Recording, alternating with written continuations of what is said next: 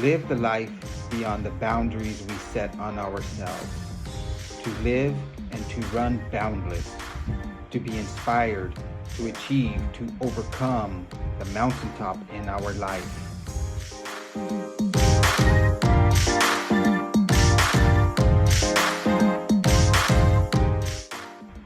Embrace the journey, become boundless.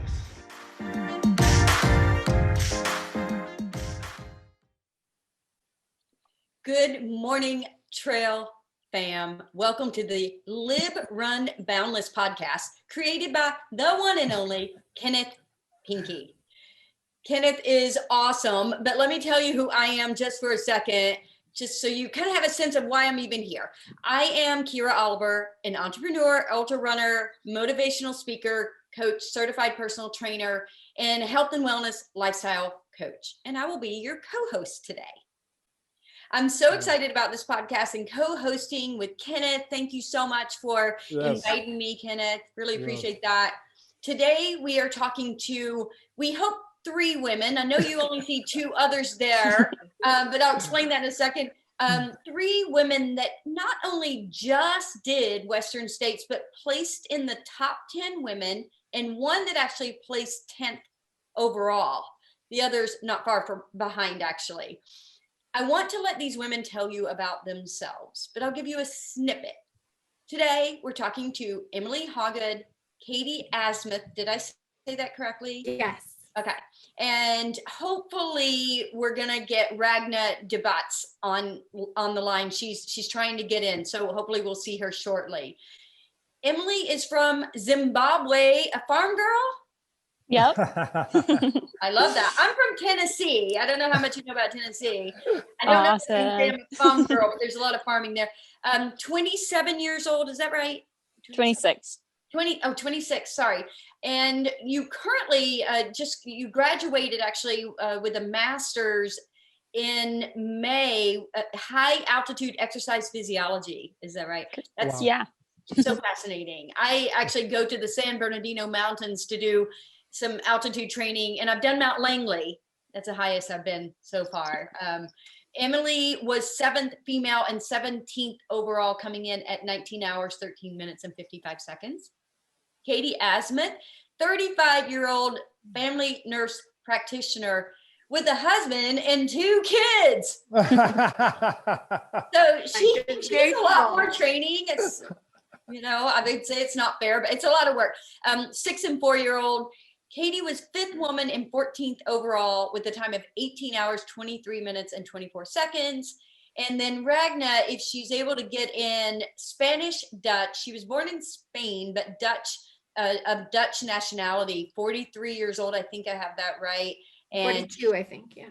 Is it 42? My math.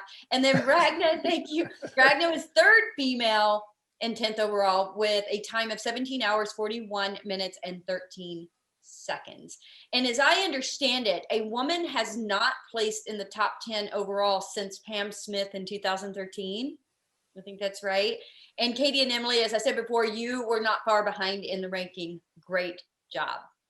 And welcome. Thanks for having us. Yeah, thank you.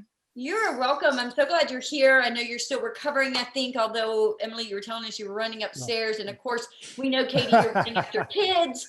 But I'm going to actually let you take it away. Oh, yes. Thank you, Kyra, for the introduction. That was awesome. Love it. And thank you, ladies, that you got the women, some of the top female women, so top runners of Western State of 2021. So thank you just for allowing me to do this, Well, first, we want to talk about the journey, the process of getting to the Western State and earning your way into Western State. I know I think I hear a little about Katie's story. She been in a race that she fell, and so what do you tell a little bit about that also, Katie? So to tell us, what did it take to get to Western State for each of y'all? You want to start, Em? You got it. Okay. I'll start, and Emily's story overlaps a little bit with mine. Okay. So as we all know, we were hit with a horrible pandemic, yes. and it was the first golden ticket of the season is in January. It's called Bandera 100K. So if for people that don't know, if you get a golden ticket, if you get first or second place at a golden ticket race, then you get an entry into Western States endurance 100 miler, which is the most prestigious race in the United States, hands down. And so it was very, I didn't know if I was going to be able to do the golden ticket race because we were in the middle of a surge. And actually I was living in LA County at the time. And as a nurse practitioner, and my patients were really getting hit hard, and it was a really scary time. I was able to get both vaccines in time. And so we decided to take the risk, really. I mean, I wore full PPE and had both my vaccines, but I made the way to Texas and ran Bandera.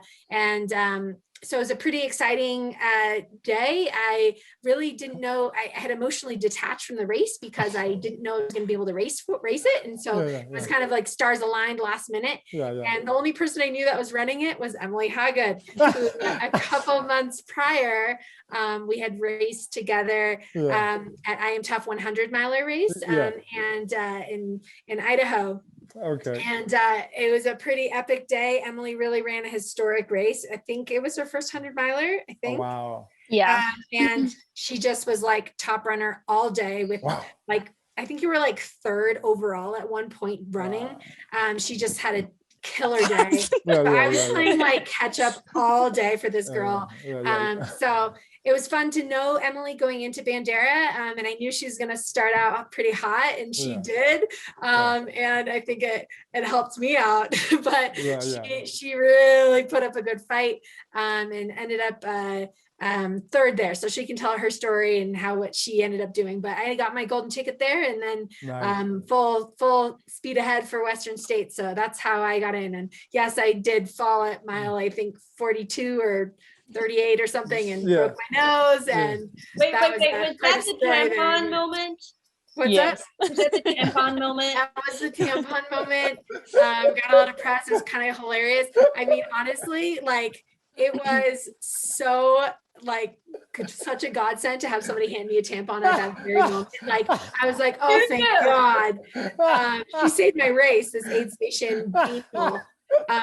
So yeah, it was pretty epic. I mean, there was quite a day. It was just quite a day. Very memorable. So to make sure our audience understands here, in case you're confused, or maybe the men are confused, the tampon was used for the bloody nose. Correct.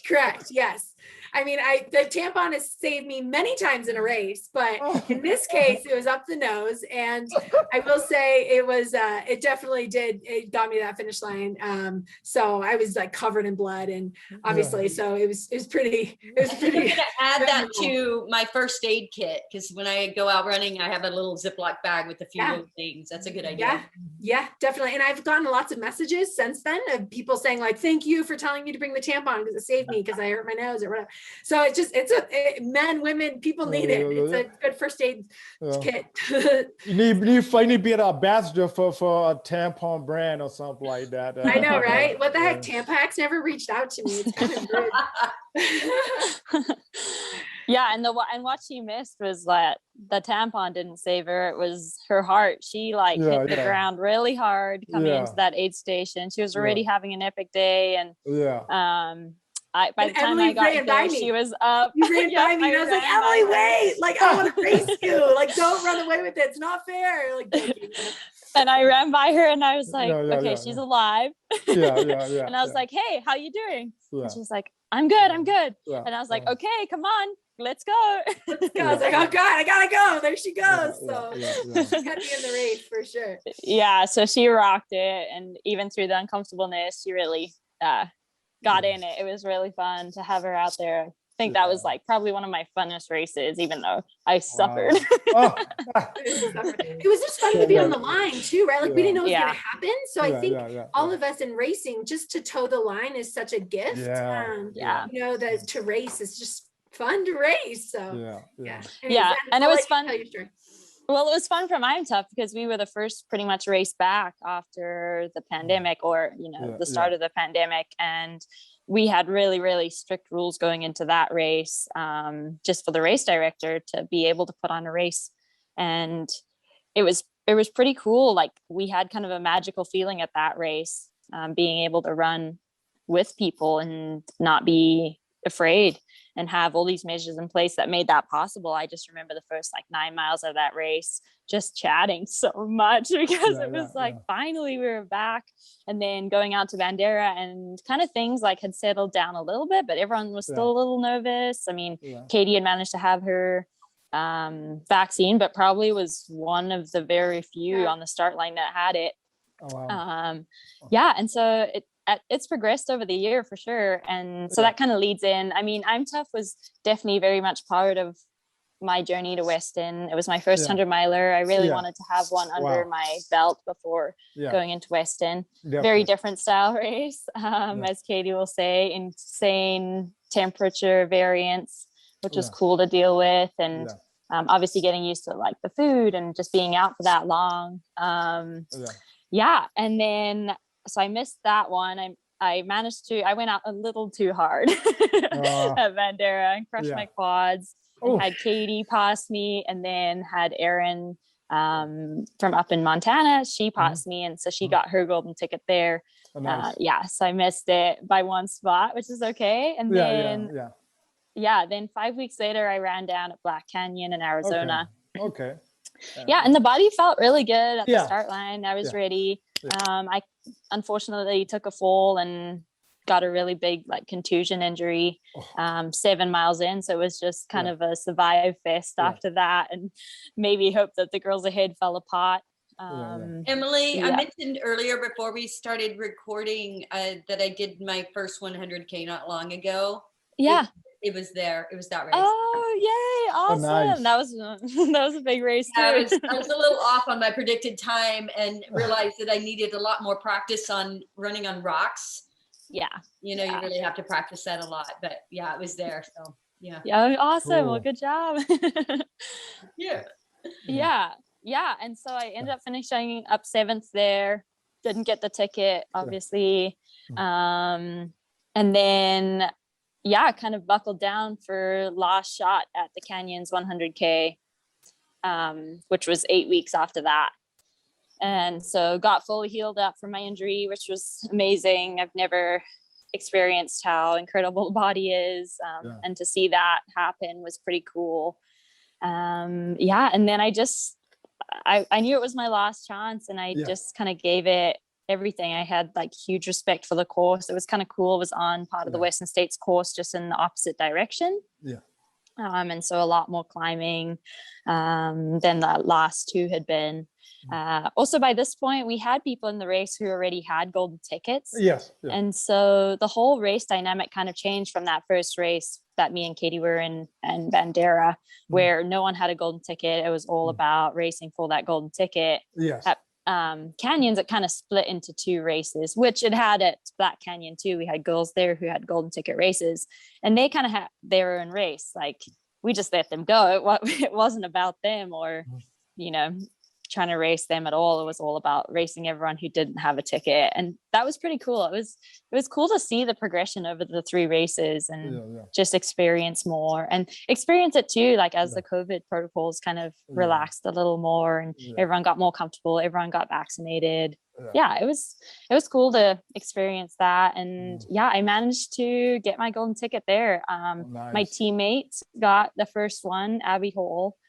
She placed second and got hers, and then I got 4th place and managed to get the last one. So that was pretty incredible. I know they put it out on the live stream, but I actually got offered. I got offered a golden ticket, or got offered a ticket. They have a certain number of entries that the race gives out. And so I got offered a ticket there, but I was so dedicated to getting the golden ticket. I'd already run 2. So the week before they offered it to me, and I turned it down and managed to put the race together and get the ticket. And so standing on the start line was pretty rad. I mean, Katie was so amazing and supported the whole way. And this whole journey has really been about, like the trail sisters and brothers out there that have supported. So that's super cool. And that community you were talking about earlier too, pretty rad. Oh yes, it is. The trail run, the ultra trail running community, the trail running community is just it's a beautiful day, and I'm glad that be part of it in some kind of way, you know? Yeah. So definitely. I mean, I like cried, like sobbed, like because I'd trained with her and raced her, you know, and to watch this woman who is so strong, who deserves to win, like to run Western States and to like be a part of it all. And you're just like, you wanted her to get it so bad. She was so cool on the third try. She got it. Hey, Emily, can you talk a little bit about that? Your strategy, like from Bandera and I Am Tough, going out super fast and hard. And then Western States, you ran a very different race. Can you like speak to that? I'm very curious because you've definitely changed your strategy. Yeah, I mean, it definitely is all about the race. I've tried everything. I mean, that's what I love about racing is then we got a visitor. Different things. Yeah. Got a guess. I'm Tough. I mean, that was just an epic day. I think everything just came together really well. So going out strong, I was probably just really excited to be out there chatting. I mean, the guys were super cool and it was really fun to get to talk with them. And so I didn't want to be dropped just because I really wanted to chat with them. And then, at Bandera, I definitely went out too strong. And so I think I learned a lot of that and carried that over into the next races. And that's kind of where my strategy changed a little bit. Also, just racing a different field for a different race. Western, I mean, just over, as long as it's been around, if people go out hard, it's very hard for them to carry that on the whole way. And so going out smart is pretty key, especially on a hot day. Well, I mean, like a pro, very strategically, and it was impressive, just from your previous races going out so hard and then to be able to hold back, I think in the beginning of the race when you're so excited too. Just shows such a maturity. And anyways, I just was really impressed by your race. Thanks, girl. Awesome. It was funny having you go by and be like, Emily, you're going out slow. I know. I was like, Emily, why are you running with me? You never run with me at the beginning. That's my strategy. I'm the old mature one here. Okay, you go out and like really hard. That's a part of it. No, I'm just kidding. It was amazing though, because if you look at our times, we actually ran really fast in the high country. Compared to other races. Let's pull Ragna in. Ragna, can you hear us? There you go. There you go. Okay, Hi all. Hey, hi, how are you? I'm Kyra. I'm co-hosting with Kenneth today. This is his podcast, as you know. Yes. We already introduced you, just so you know, and let the audience know that you were coming. So to get you up to speed, we told everyone how fast you were and all that. And and so now we're kind of moving into about, I believe, Kenneth, correct me if I'm wrong, Western States and talking about strategy and things that were going on there. So Emily, did you want to add anything to what you were talking about, or Katie, you want to pick up?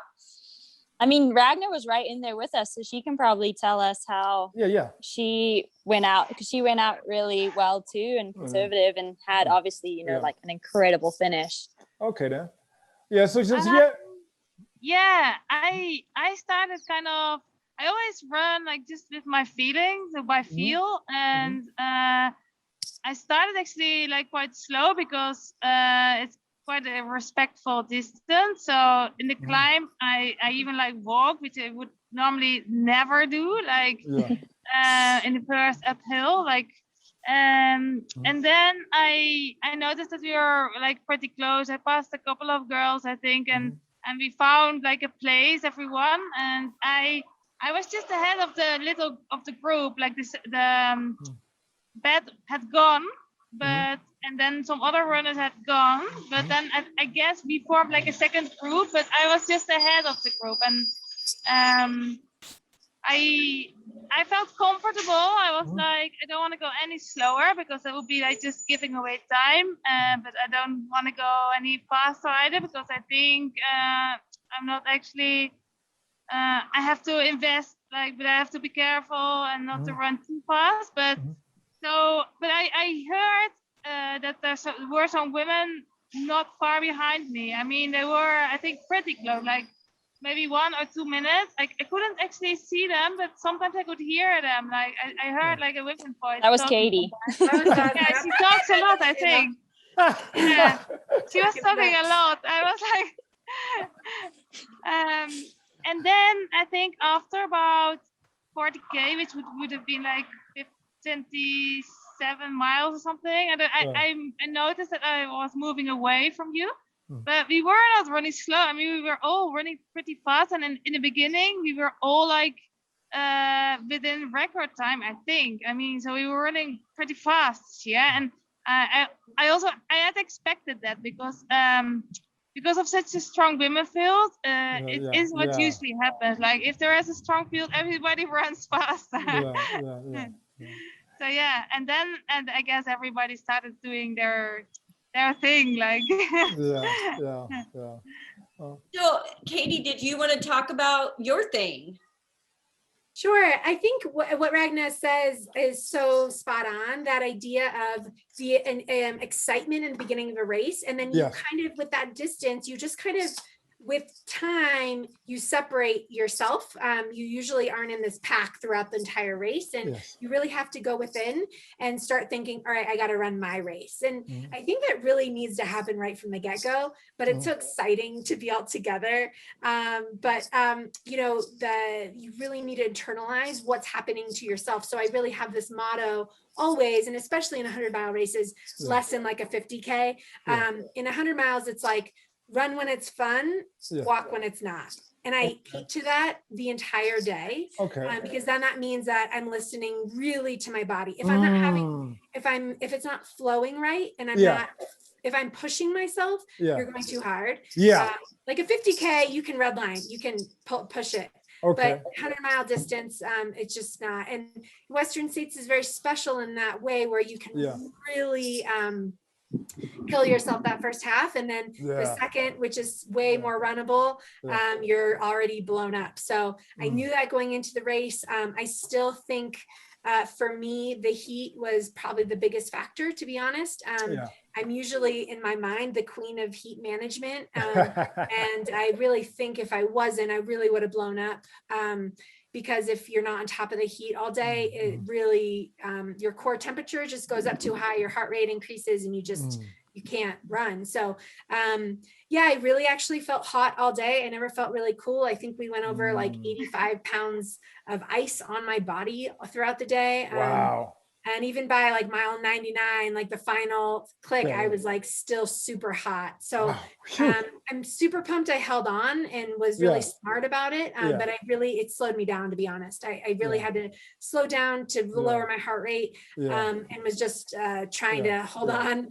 But, you know, I think really being in tune with your body is so critical. And knowing that everybody says the race starts at Forest Hill. To me, if you're strong at Green Gate, then there's your race. To me, the race starts at Green Gate. Ragna, I passed Ragna after Forest Hill, and I was like feeling awesome. I don't know if you remember this part, Ragna, but I passed Ragna, so I was in for second, and I was like charging, feeling great. And like 2 miles later, I'm like cooked, and it's like 102 degrees out, and super exposed, and I'm like, I just brought my heart rate up way too high, and that wasn't smart. So it's just about like maintaining and you know, trying to stay consistent all day. And Ragna and Emily, and I think we all just were able to pull through. That heat was really critical. So time management. It's funny, it's like constantly dousing yourself in water and hydrating and eating, like fueling yourself and running, right? It's like a multitask, like problem solving race, you know, so. Katie, I think this is a perfect segue to maybe dig in a little bit more from you guys. And you being a nurse practitioner, you're giving us some kind of details there that I think ultra runners do think about. But I want to talk about from a woman's perspective and a woman's body, because a lot of people, believe that it's too much and all of these things. So how do you, how would you respond to somebody that was saying, what are you doing running 100 miles, in that kind of heat? How does that affect a woman's body? How do you guys think about that? I've just spoken for a while, but I have a lot to say there. I know, but maybe give us 3 to 4 key points. Does anybody else want to respond to that? You got it. I mean, I think the idea that a woman's body can't do that distance is actually causes a little bit of rage in me. It's obviously not true. And actually, I think research has shown otherwise, that we actually are much, we actually succeed very, very well under those circumstances. So I think it's all about being in tune with our bodies. And I think women notoriously are able to go inward and able to really manage that our perceived effort. And so I think, yes, to your point of, we're very different than men, and we have our hormones, like for instance, being in your luteal stage of your cycle, your core temp's going to be higher anyway from the get-go, right? So you're already at a disadvantage going into the race. So this just adds the complexity to the race, to the women's field, that is even more exciting, because we all are having to deal with this at different times. And sometimes it's your lucky day and sometimes it's not. So it's how you manage your day that you're given. So for anybody that thinks it's unhealthy, I may say across the board, it may not be the most healthiest sport, in the sense that we're really pushing ourselves to our limits, but there's also this capacity of greatness that we're able to reach deep and challenge ourselves and grow, and really, the full human experience. We're able to experience it in one day. It's pretty extraordinary. Yeah, that's amazing. Emily or Ragna, do you want to add anything to that? Yeah, I mean, it definitely showed on Saturday, like the women are really smart. We hardly had anyone like fall apart completely. And if they did have to pull out, it was like they were done. And it was later on in the race too. And so we kind of have an internal like ability just to think about what's coming ahead for those long distances and make smart decisions early on. Obviously it's not true for everyone, but I don't think there's like a limiting factor in that point of like the woman's body. I think they're just as capable as the man, which is really cool to see. And it's nice. It makes the like field deeper too, in terms of like racing everyone and not just racing the women's field. Yeah, I love that. And maybe to then add to that, Ragna, you could talk a little deeper about the mental toughness, because earlier we were talking about, before we came on, how I mean, I'm an ultra runner, but by no means to the level that you guys are. And I think some of us think that you don't have to deal with mental toughness the same way that some of us do. Meaning, oh, you guys got this, but you have to deal with those things too, right? You have the voices coming in your head. Can you speak to that a little bit? Yeah, I think it was a real mental battle as well. And you had to be mentally really strong in order to finish the race. Because, I mean, in the first half of the race is just your body, you're running with your strength. But then the second part, the mental part, the mental strength is a lot more important than your physical abilities. So it depends on how strong you are mentally, how fast you can run, I think. And especially with the heat, I think they were right, Katie and they were right saying that, I think we have more abilities and we are maybe able to take decisions a little bit more easily, and I think we can just bear more suffering as well. So it's, in the end, we just keep going. Like, I think for a woman, it's often like we don't give ourselves the option to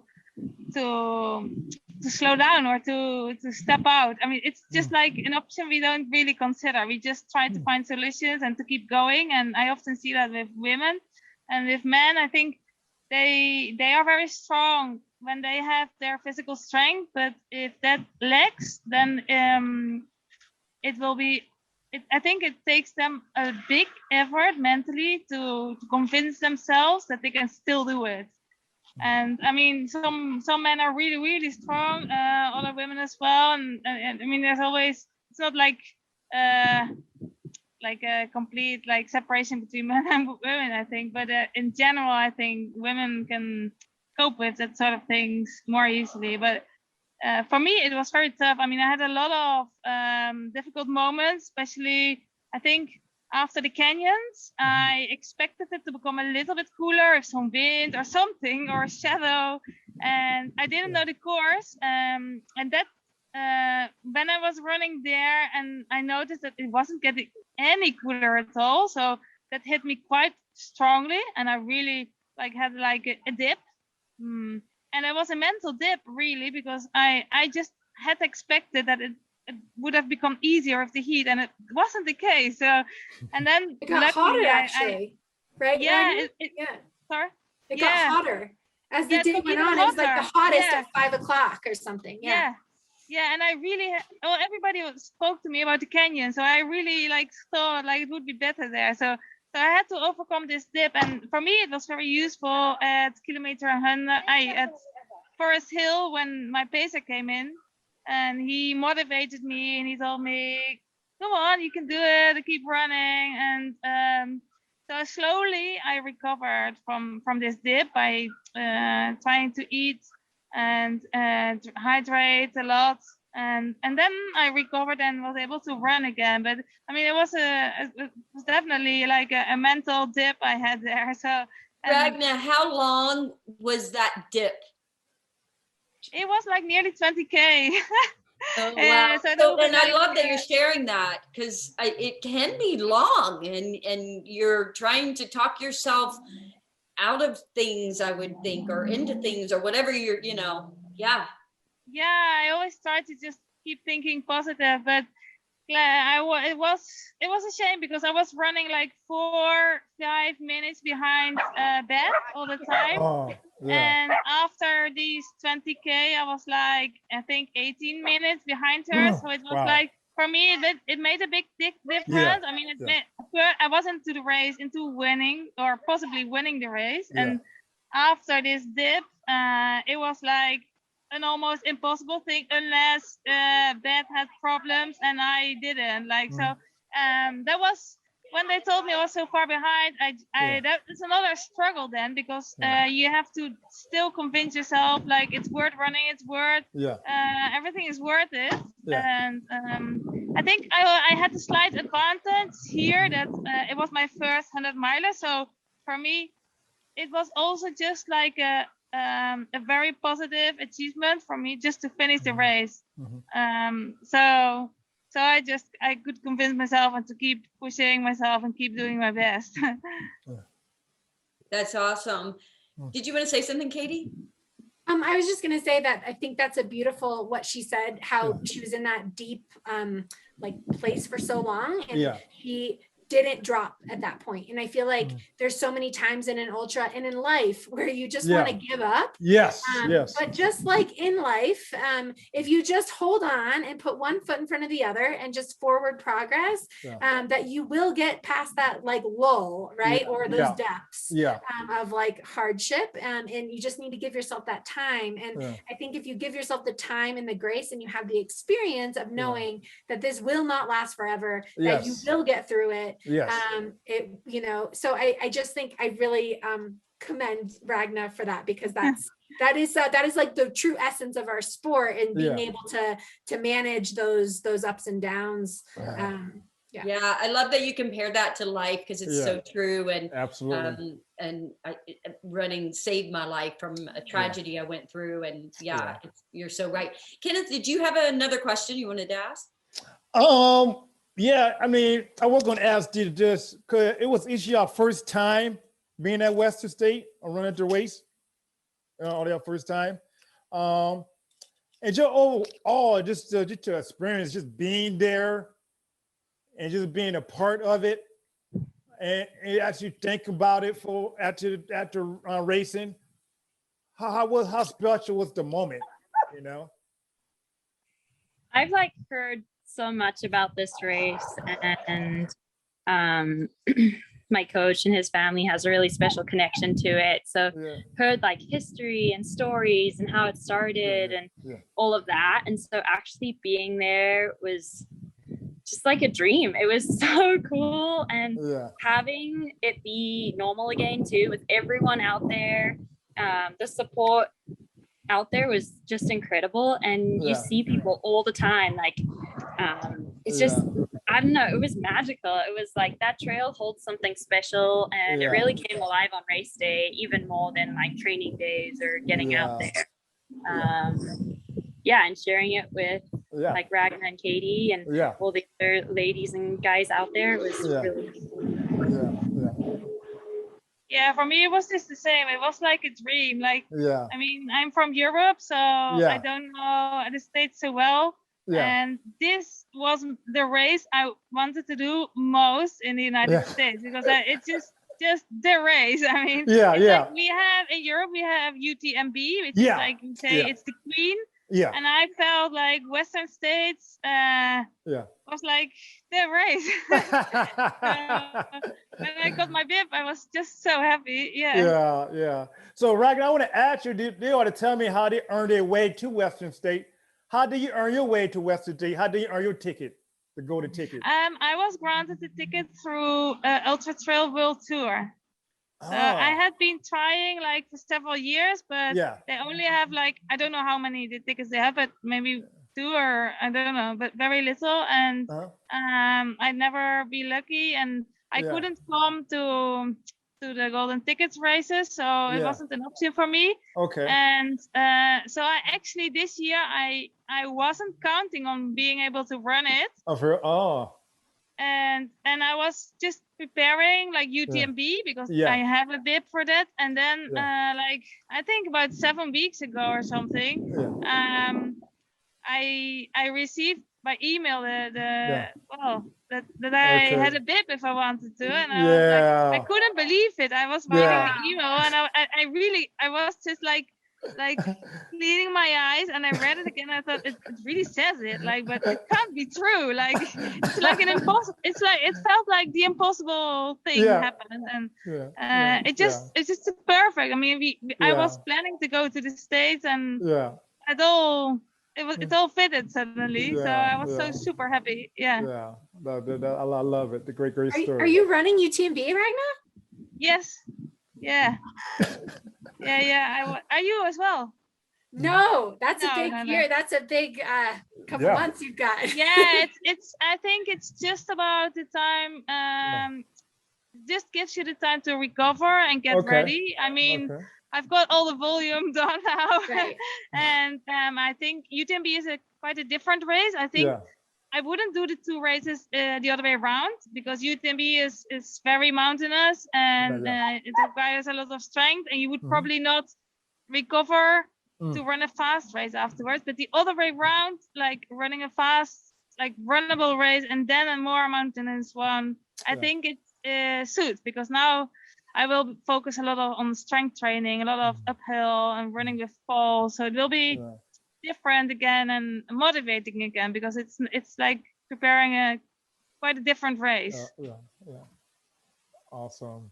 Emily and I are coming for you one of these years.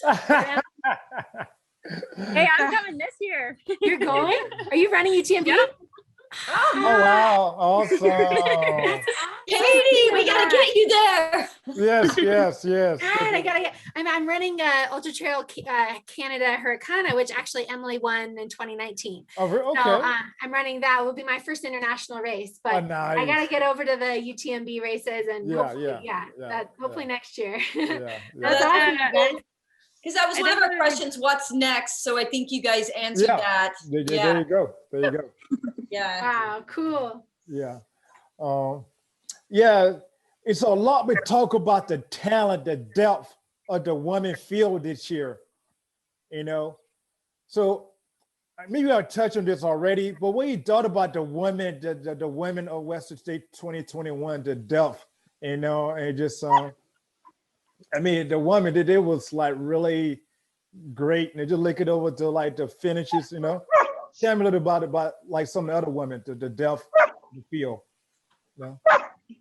Sure. I'll say I was like, I mean, it's so inspiring, right? Like you're running with your sheroes. You're like so pumped to be a part of this badass crew. And I think the women freaking killed it this year. This is the year of the women, and I'm really proud to be a part of that. And it shows really, I think going forward, it's just going to get more and more and more competitive and stronger and stronger. So it's just an exciting time to be an ultra runner and to be competing with this sort of, this talent. It's pretty fun. Yeah, I think for me, it was really amazing. I think I was the same way, like running with my heroes and people I've looked up to for so long. And to be like considered part of the group was cool. I think, it was just from the start, we kind of had like a little, lady gang going, and it was pretty cool to share that and like switch out people and share miles with different people and be a part of that. I think the diversity was huge for me. Like I raced with Ragna and Ruth and Brittany over at like the Skyrunning World Series races, and those are so different from this, like way more technical. And then with like Beth too in big races overseas, and then having Camille Heron on the line, like who's won comrades, and just pretty amazing to see how everyone came together and raced this race, like raced it. It was like, I keep telling people, it was like a 50K that never ended. It was that intense the whole way. Like on the last 22 miles or something, like I had never had a bigger gap than 10 minutes on the girls behind me, and finished 2.5 minutes behind 8th place. And I think that was like that across the board. Like people would overtake people, but then the gaps were tiny. And to have that in a 100-mile race was just mind-blowing. It was so cool. It was a different world of what these women can do and achieve and race and never give up. It was so cool. Yeah, I also agree with Emily. It was like a big field of like women from all different kinds of disciplines. Like I heard somebody from the 24-hour record, the comrades, sky running, trail running. When I noticed this, like the 2 days before the race, when we were all on stage, like 20 women, and they told like all the victories and all the victories of all the different women. I was just so impressed that there was. I mean, in the end, we are like all winners. I mean, we've all won many races, so we have like a winner attitude, and we all want to win Western States. Like, so it was a real competition going on there. I got the key. The important question I might say, are y'all gonna come back next year and do it again? Yes. Okay. Yeah, I mean, I want to be a part of Western States for as long as I can get in the top 10, I think for me, I'm like, I want to improve my time. I think that's a part of every race. And when you do a repeat race, you want to do even better, right? So I've really dissected what happened and where I could improve and the minutes that I could gain. And I think I want to come back even stronger. So it's like really motivating to have this like force of women that push you to be your best self. It's pretty cool. Okay. I think it also would have been interesting because this year was definitely not a fast year, even though we had pretty fast times. But I think like with this women field and slightly less hot conditions, we would have run very, very good times like with the women. I agree. Are you gonna come back and wear your F3 bib, Ragna? I would like to come back in a cooler year and to see if he can set a better time on it, of course. Okay. Cool. Good. I want to race you again, Ragna. I'm sure we will. I mean, you maybe still get a chance to get to UTMB. Hopefully next year. Cool. So Kyra, you got something out, another question for them before, I think just the last question I have right now, I mean, I could go on and on, but maybe in 3 words, what would you tell another woman who is really, going back to those voices? They're in a race, they're trying to talk themselves out of finishing. I'll never do that distance again, and it's like 100K or greater, let's say. What would you, in just a couple of words, tell that person? Katie, you can start. Sure. I think, lots of things come to mind, but the 3 words, I'm not very good at that. But I will say perspective is key. This is something we choose. So maybe the mantra, like, I chose this. This is not, this is just a small snippet of life, right? And there's so much in life that this is the fun. This is purely fun. And this should just be, this should be lifting you up. And so when you're in those moments of hardship, to kind of be, which sounds very strange, but this is when you're learning the most. And that's why we're doing these distances, is to get to those depths. Okay. Grow more from them. So I feel like the idea and that perspective of gratitude, almost the attitude of gratitude, of like, I'm here because I chose it. This is fun. And I'm actually learning and growing in this moment. So love that. Thank you. Emily, what would you say? Yeah, so I have 4 words, but it would be run with your heart. I think it kind of captures like everything Katie was saying, but also just that grace of being kind to yourself, respecting the trail, taking it all in, enjoying the moment. Yes, love it. But just running for you too. It's your personal journey. Yes, definitely. Yeah, I totally agree. I think, once you're there, it probably means that you had the right motivation to get there. So you're all positive about that. And when you start running a race like this long, just recommend, I would just say, try to stay positive and try to have fun. And take it as a personal journey. Yes, awesome. Thank you. And the last question, and for when this, I'd like to ask everybody, where's your boundless motivation and thoughts, in a few words? What keep each of y'all going?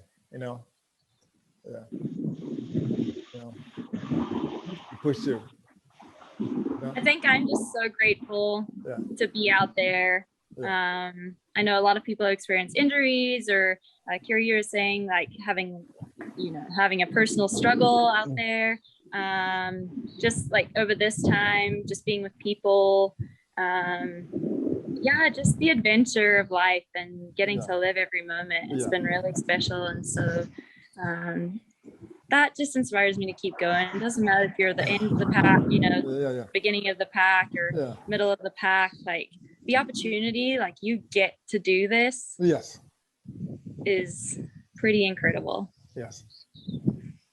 Yeah, I just feel I really enjoy this. Sometimes in a race, when you are going through difficult moments, you think like, why am I doing this? But then when you finish a race, and for example, now I'm like 6 days after the race, and I can't wait to race again. So it gives you so much. You get to see all those beautiful places. You get to see all those, get to know beautiful people. And you can just explore, have all these adventures. I think it's a very exciting part of life. Like it takes you out of a dull life. You are actually doing things. You're out there. You're exploring and sharing this with other people. So it's definitely worth it, I think. Okay.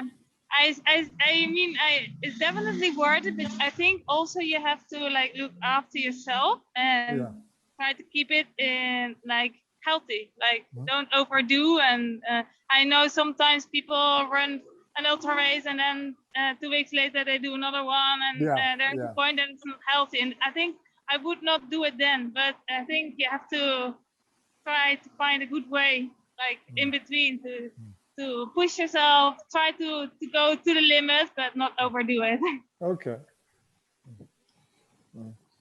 And Katie, I just, my yes to everything you guys are saying. And I think that there's that perspective of like, in the really big scheme of life, like the outcome doesn't really matter. I mean, people care, but really what this is about is your personal growth and the joy that you can get from this, and being able to bring that joy to your kids. Actually, Ragna, I think we're the only 2 in the top 10 that are moms, which is kind of a cool connection. But, being able to bring that to your community, I think that we're all better people because we run trails, because we push ourselves. And I think, being able to really, the community aspect of trail running is so important. And I think it just makes, if everyone was running trails, I think we would have a better world, So I really believe that putting it all in perspective of the outcomes is it's really the stories that matter and the joy along the way. Awesome. Wonderful. I love it. Thank you for this. Thank you for this time. Thank you so much. You guys are so inspiring. And I actually, again, even though I'm not even close to the level that you're at, I related to so many things that you say. And I think that's why Kenneth wanted to have you on here, because he and I are very deep into the ultra. Oh, they just kind of hope she gets her back. But I'll go finish what you say. Yeah, we both she knows she into the ultra running world, and she really good at what you do. She really enjoy it. Then definitely, I think it meant a lot for me, a lot for her. And just make a big difference in her life, just like my life also.